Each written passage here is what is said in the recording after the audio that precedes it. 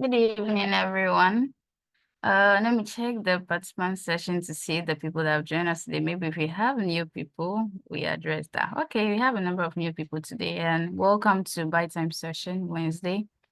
This time is basically just section out or arrange a schedule for learning and going through some stuff that maybe individually you wouldn't get the time and all those things to do. So today's session is going to be CSRF,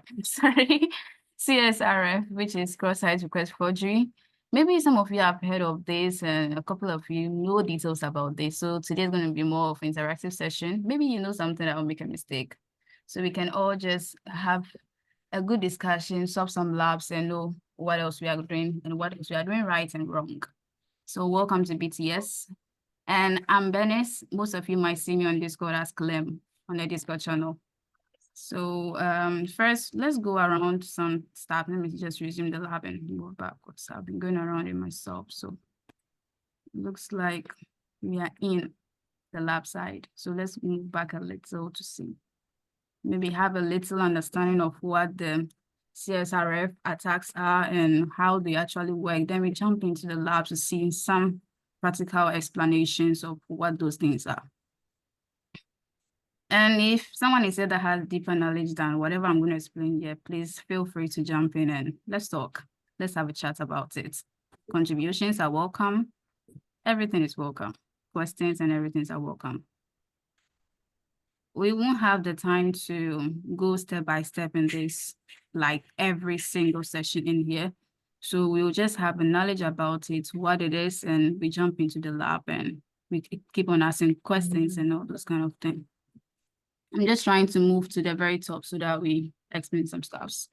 So basically, when we talk about cross-site request forgery attack, it's just in a sense where a user or let's say an attacker is able to make some changes that are not intended on the particular application or the particular site that is being hosted. Example of it is be like, let's say an attacker is able to change someone's email or password to a different email in a sense that you are able to maybe manipulate the front side. It's mostly like client side kind of attack. So you're able to manipulate every input or whatever parameter that's there for it to favor you in a sense that you are able to change password, change the email. It depends on what kind of actions the application is doing. And that's what is going to help you to circumvent your attack and know what you are going to do with this particular application you've come across. An example could be maybe you've gotten to an application and realize that some of the parameters that are there, they didn't set some tokens. Example is a CSRF token that is preventing you from changing the authentic user's email. So you change that email to maybe your email to whatever. So one, that's a good thing. You change the email, and what happened next is that you see, when we are changing passwords, sometimes they ask you for your email, what should they send the OTP to, and all those kind of things. An example is when you change the email of that user and the user requests maybe a password change or something, the OTP is going to come to your email because now on the client side or whatever this authentic user is doing is coming to your email address. That's basically CSRF. For us, that's how the attack comes in and goes around. If you think whatever I explained here, you have a problem or you don't understand something, you can just pop up and just ask questions, please. And there are some kind of three main kind of conditions that we all look at when I have an application, or what are the key conditions that I'll look at that I'll be like, okay, this application is vulnerable to CSRF attack. So what should I do? What should I look at? And all those kind of things. First thing is relevant action. Like I said, what is your action? Maybe the action is for you to be able to change the email, modify the permission, change the password. What action is the application doing? Like I said earlier. So you really need to study the application to know what application is doing for you and how exactly are you going to abuse that action in favor of you as a malicious actor or the hacker over here. Let's use that word. Everybody understands that easily. And the next thing you also look at is the cookie-based session handling. How is the system handling the cookies? Sometimes you open some applications or you intercept some applications traffic and you realize that they have session cookies differently and they have CSRF token also differently. They are acting on their own independently. They are not kind of like working hand to hand, but in the right circumstance as a developer, when you're developing, you need to integrate the session cookie with the CSRF token so that they work hand in hand, so that you'll be able to use the token to uniquely identify whoever that's logging or authenticating as that particular user. It's happened in the sense that let's assume that you have the session cookie differently. I authenticate, I have my CSRF token also working on its own. So even when I authenticate as Amma, what happens is when I authenticate as Amma and the CSRF token is also on its own, it doesn't really show that this CSRF token is unique to this particular user. It's also acting on its own, also just trying to prevent things on its own. So what happened is that at the end of the day, sometimes you might even use that CSRF token for another user, and it's going to work perfectly for that particular user. You'll see something of that sort, and you'll be able to abuse another user's account to do something else, like the relevant actions that are on there. Unpredictable parameters could be like, let's use this word, guessable parameters. Is the attacker able to guess parameters easily? Let's assume an email. Am I able to guess a password, guess an email? Or this, the CSRF token is random. It's very random. It's kind of random characters that come in. So when you log into a particular website or something and it generates all these tokens for you, realize that when you refresh the page, the token changes. That is one good thing because it changes. And if it's tied to the sessions, user session cookies, that means it's going to be unique to that particular user. And at the end of the day, nobody can use it. Though, security is a growing field. It's going on. Things are changing. Maybe these nights we're talking about this, and next morning you wake up, a new attack vector has been found out in a way that even if the session is being tied to the user, we can still attack the person or still session cookies and all those kind of things. Minutes, please.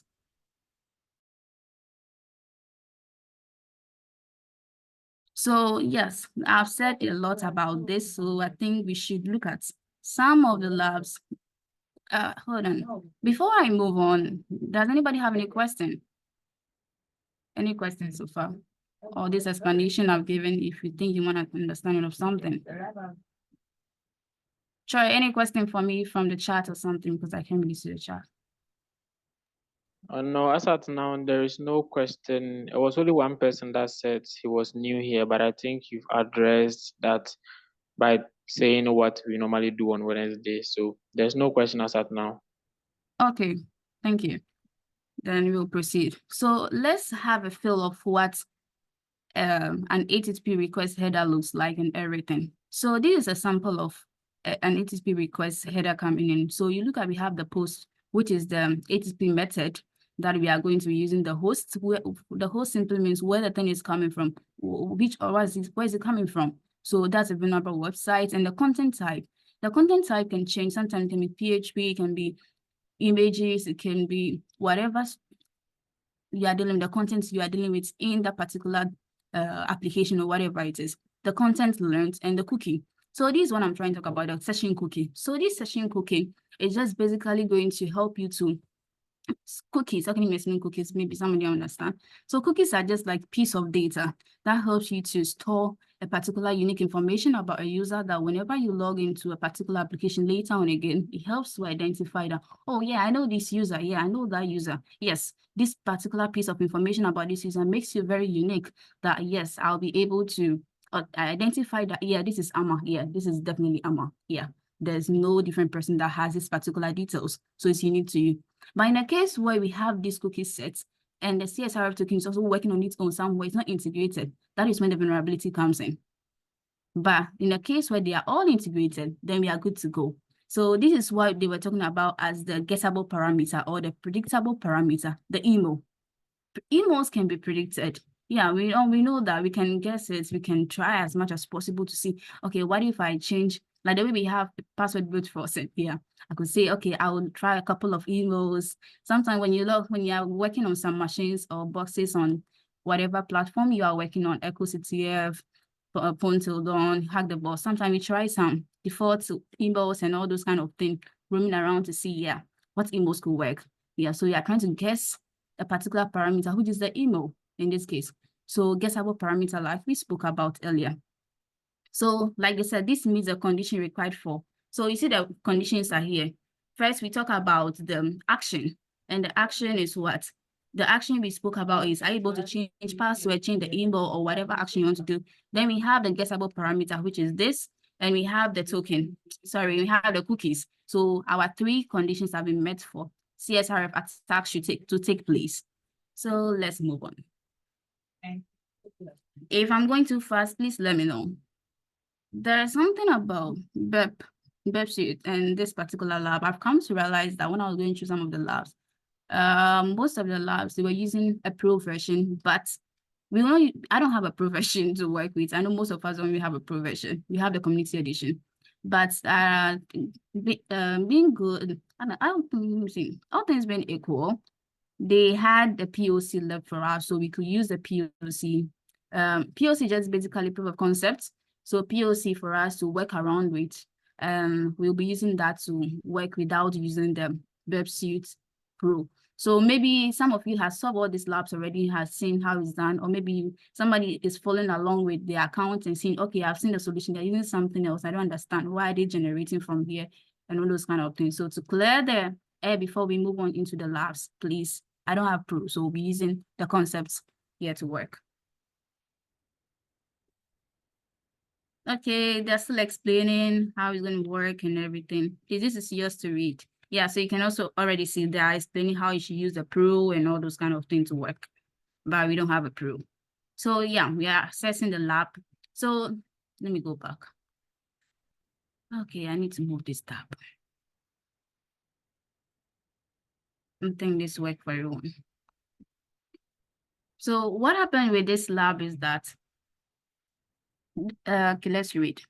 Lab, CSRF vulnerability with no difference.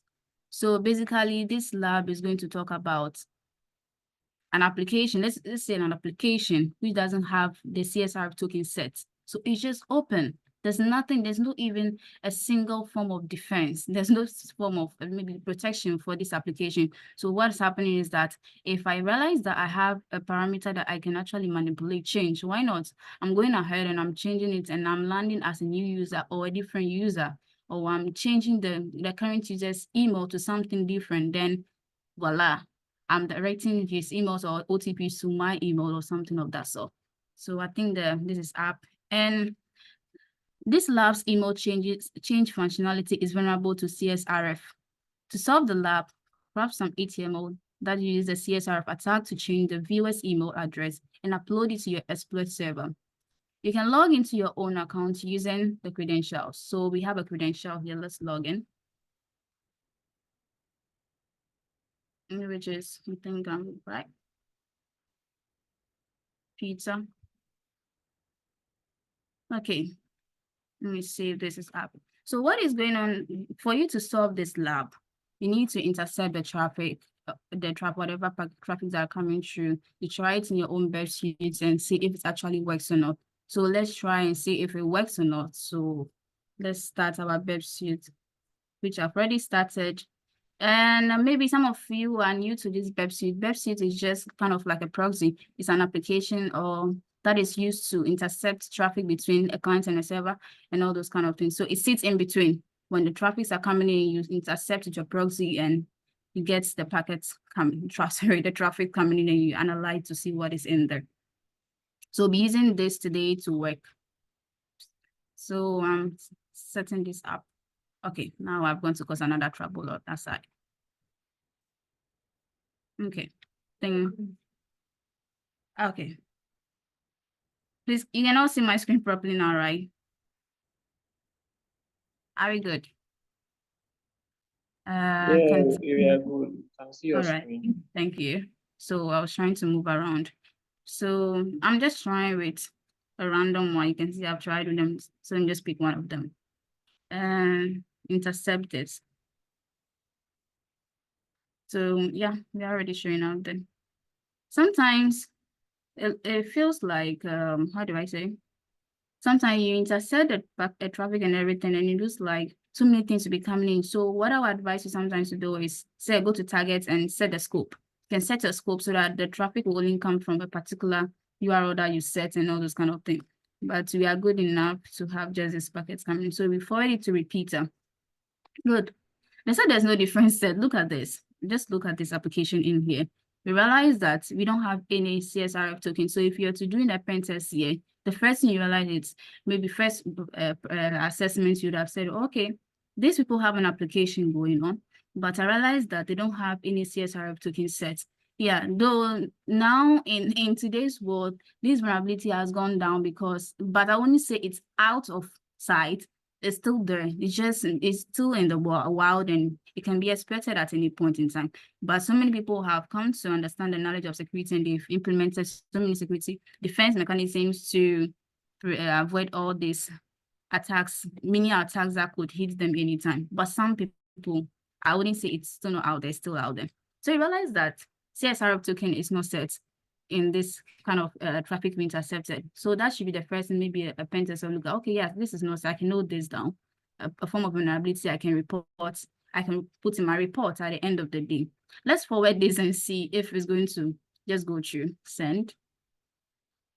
And it actually been forwarded. We can follow the redirect and see what name did we use? We used Jack Sparrow or something.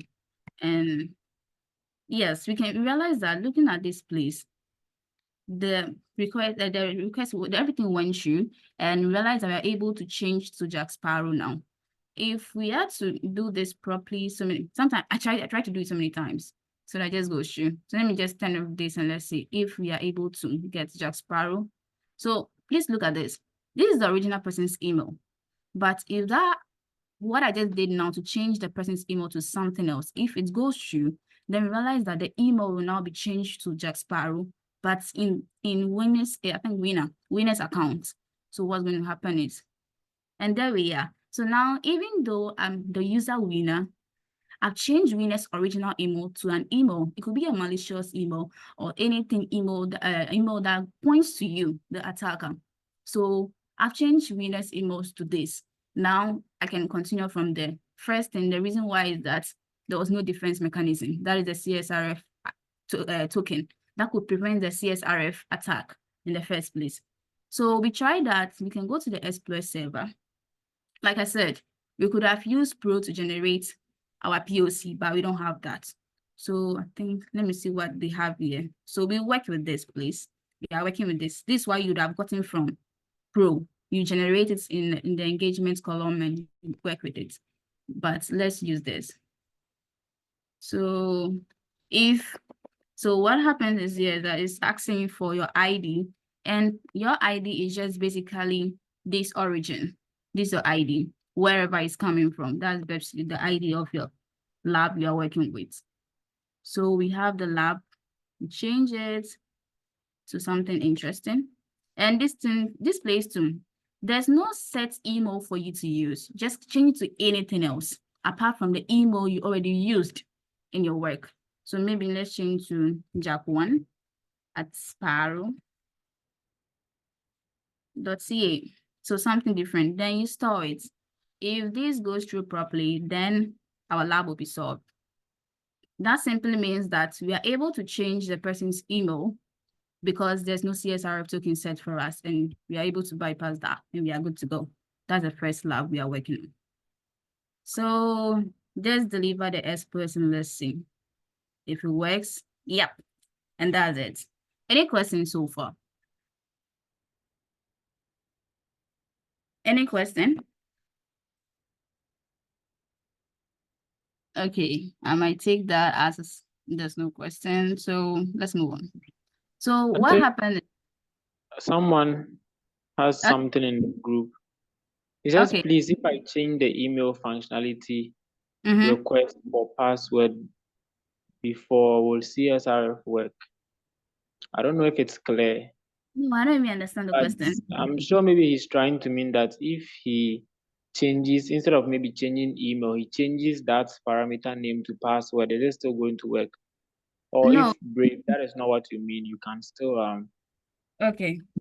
So and then I think Black Arc 007 also says he doesn't really understand what just happened. So if you could take it again. Okay, then let's do that one more time. So from my website, if you realize something went on in here, when I logged in, the email was winner at something something. I think there was another email there. But what happened is that when CSRF token is not set in a particular application or whatever application you are dealing with, it happens that we have a parameter that is guessable, which is the email. So our focus here is the email, which is the parameter in this lab. So we are able to change the email to an email that we want to work with, an email that points to as the attacker. So what happened is that I set in a particular email, intercepted it with my BEP, and in here, when I forwarded it, it looks like, yes, it's actually been sent to the server. So now I'm able to change the email to my desired email, and it's no longer winner's email. Is that clear to Black Ark, if I'm pronouncing the name right?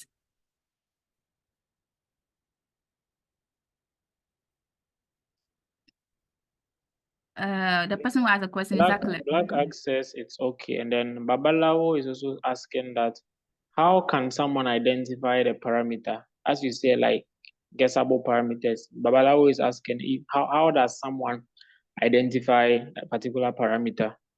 Okay, well, then what I've learned in a short period is that when you are pen testing or you are testing an application, you check every single parameter to see what will happen. You check the functionality. So you actually test to see, okay, if I change sometimes you do another lab, right? You realize that if I remove parts of the token, the information you get, the response you get gives you the answer to your question. So let's assume that if there was a CRF token here, like the way we have, okay, sorry, let me just take it from here. If there was a CRF token and we take it off, see that the response is going to be different. So sometimes we rely on the response to be able to know that, okay, whatever is going on with this application. So you test it continuously. That's why they always tell you sometimes it's try and error. You check to see what's going on. You check again to see what's going on. And so I wouldn't say there is a fixed way to test this. Sometimes you look at the three conditions to see how they're handling their cookies, if they are guessable parameters like maybe email, username, password, whatever way password changes. Some names are going to be that will look very interesting to you. Then you can pick them as a parameter to test to see if you're able to change them and does it reflect on the server like what we did now. We realized that we had no CSRF token set. So first things first, I'll just change the token and I'll just change the email and send it to the server. And it being so good, we realized that we're registered on the server. And when we refresh back here, realize that we're now Jack Sparrow. We are no longer winner anymore. Please, is that clear to Babalawo? But if anybody person has any concept of how to test CSRF attacks and vulnerability, please hop in and let's talk about it.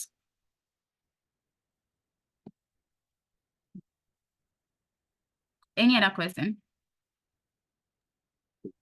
I was just trying to ask if you are trying to with a email change functionality, right? You are trying to change the email and ask for the easiest password.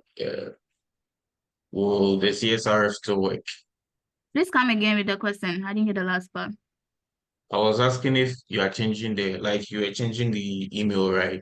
And it's for the user's password, right? Will the CSRF still work? So if I get you right, it's like you're changing the email for a particular user or a password because I'm trying to get the last part of your question. Yeah, I'm saying like you changing the email to Jack Sparrow, right? And the application asks for a password before changing the email to Jack Sparrow. Will it work? That means, well, from this lab, you realize I already had credential to log in. But if I get you right, you're trying to say that after I try changing the email, what if it asks for a password again? Is that your question? Yeah, will it work? Well, with that, I've not tried that, so I can say a yes or a no. There are possibilities of things that could happen, so I can tell you yes or a straight no. It's not done in this field. So some things you think might not work will definitely work. So I wouldn't give you a straight answer for that, Brave. Okay, any other questions before we move on? Okay, so I think That's all. there's no other question again. Yes. Okay, then let's move on. We will do one other lab before we end this session today because I really need to jump out. Okay.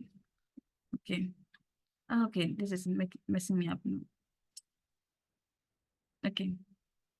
Sorry, I'll move it out of the way so you guys can see. Let me just move to whatever I want. So we're reading the next lab, which is an interesting lab too. I really want to go there quickly. If I had time, I would have gone through this kind of same sites, explanation, the streets, LAS and NAN, kind of mechanism that are put in place to prevent CSRF attacks and all those kind of things. But we are behind time and I have another meeting to jump onto, so sorry.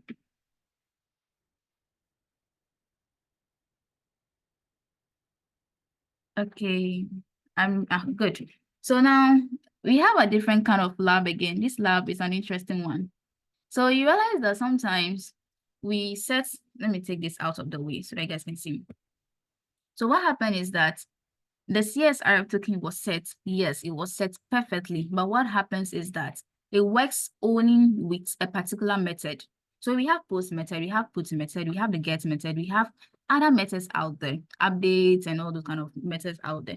But what happens is that this particular application sets the CSRF token, but has tied it to just one method. In a sense that if I change the method, I'll be able to still send or change the email of the user without any problem. But in a case where is the other lab, it just validates, let's assume if it's post that is being tied to validate as post and say, okay, this is a correct CSRF token, we are good to go. If I change a character in the CSRF token, it tells me invalid token. But the moment I change that post method to a get method, I'm able to go through without even a CSRF token. It's just an interesting one.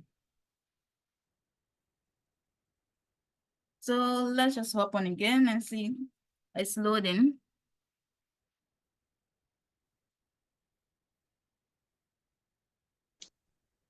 I don't know what's wrong with it, but it's taking some time to load, which is not supposed to be happening. Let me open your phone. Okay, it's coming out. So it's the same password, Rena and Peter. So Rena, okay, I think I spelled it wrong. Rena and Peter. Okay, so now we logged in with the same thing we did earlier. I'm going to intercept the traffic and see whatever is in there. Then we analyze it. Let me make this, okay. Let me activate this up here so that we test it and we see what we are talking about. Okay. This is on back. Yeah, like I said, so many necessary things will be coming through because so many things are going on. So I think we have what we need. Yeah, which is okay. Yeah, this is what I need. So I'll be forwarding this to repeater. I need 2 of them to differentiate between the post and when it changes to get. So I will take this too. So this is out. So let's look at this particular lab. It was a funny one when I was going through it. So this, it validates, yes, admin is there. When you follow the redirect, you can actually see admin has been registered, yes, on the server, and we're able to change the email to that if we have to refresh our page back then. But let's assume that, let's go back again. And let me change a character in here so that it's really validating it. It's going to tell me something, yeah, invalid one. And now I've forgotten what the CSRF token was. Sorry. Okay, it was a smaller z. But if I'm to bring it back, it's going to tell me, okay, it goes through and everything is fine. But let's look at this. I'm changing this method, this request method to a get. So the moment I do this, it has changed to a different request method, which is the get. If I pass this through, you see it's not validating. Let me change it in just a character. It's still going to go through. It's not validating the CSRF token. It's not looking at it at all. So even if I'm to take this whole CSRF token out, I'll still be able to register another person's email and another person's username on this system. So this is what happens when you tie the CSRF token to a particular method. in a sense that it only works or checks validation for a particular method. So the moment someone look at this and, okay, I can change the method. What if I change the method? So now it's an assumption. You are trying to draw a scenario in your head. Okay, let's assume that it's tied to the post. The moment I change to the get, what if it works on update? What if it works on put? So many methods are out there. So it's try and error. Sometimes you try stuff to see what works for you. And you realize that, yes, it's actually going through. And if I'm to follow the redirect, and I think it was admin. Yeah, we registered admin successfully on this system without even the CSRF token. So this is one big vulnerability out there in case you see it's a real life testing or something. Because why is it working this way? Why is it supposed to work this way? And if we have to come back to this place and take this whole thing out, it's going to tell us it's missing. Yes, it's missing. So it's really validating it with the post method. It's checking when I change a character invalid. If I take it out, it's telling it's missing.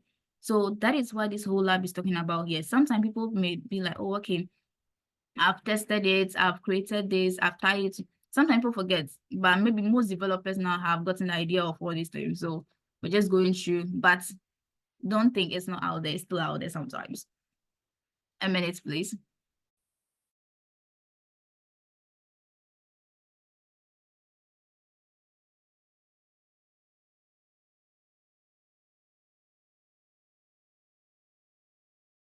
Okay, I'm back. So you see, you realize that we're able to change this admin to @Sparrow. Yes. So via our website, we're able to change it because it registered on the server as admin1 @Sparrow. So let's take this again and try it. So the same thing, we're using the same expert again. I don't have a pro, like I said earlier before we started the session, so we'll be still taking the expert in this solution, which you could have generated from engagements. There's a feature in Pro that we could have used to generate the POC. So in this case, let's go back here. And okay, where's back? Okay.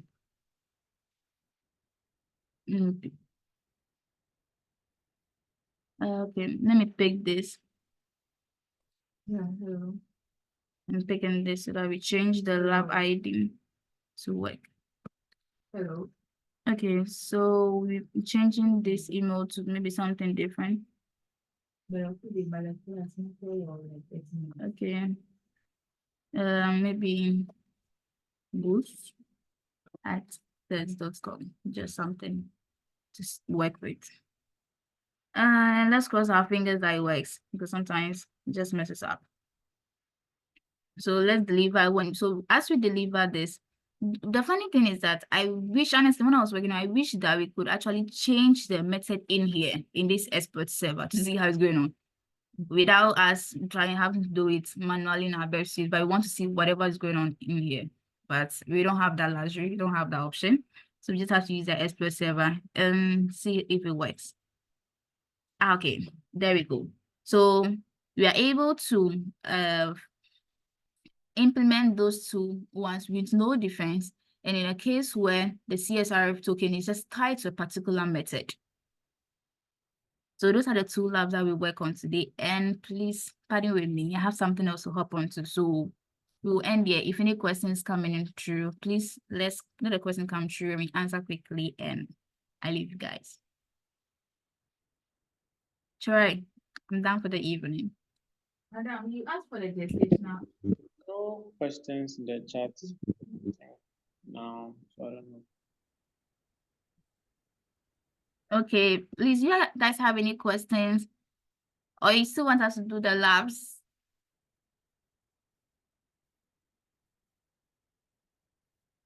Which is kind of impossible right now. Unless, I don't know, Troy, is Maxam in the chat? Is he in? Yeah, I think when I checked the last time he was in, let me check again. Nope. No, please. So that if another person that's here that's interested, I can hand over to the person to continue the labs to you guys. If not, we'll have to end here and continue the next time. Oh, okay, sure. Any question? But then there, I think, let me check. I think there's one. Come again? Someone says Phoenix is here. So if Phoenix wants to take over, then. Okay. I don't know. I didn't talk to them about this, so I don't know. Yeah, but there's no question in the chat, so I mean, Okay. Then if that's the case, we'll be ending this session here for today. I'm sorry about that. oh, no problem. Okay, then I'll see you guys next week, Wednesday. Have a nice evening, everyone. And thanks for all those people who are contributing. I really like that. And you guys give an idea to look out for something different. Like Brave said, after the email, let's see if you have a password, will it still work? That please next time let's make it more interactive like that. That's why we just open our brains. Let's see, let's think outside the box and see what else could be there. Thank you everyone for showing up and have a nice evening. All right, sure. Good evening. Good night to you all too.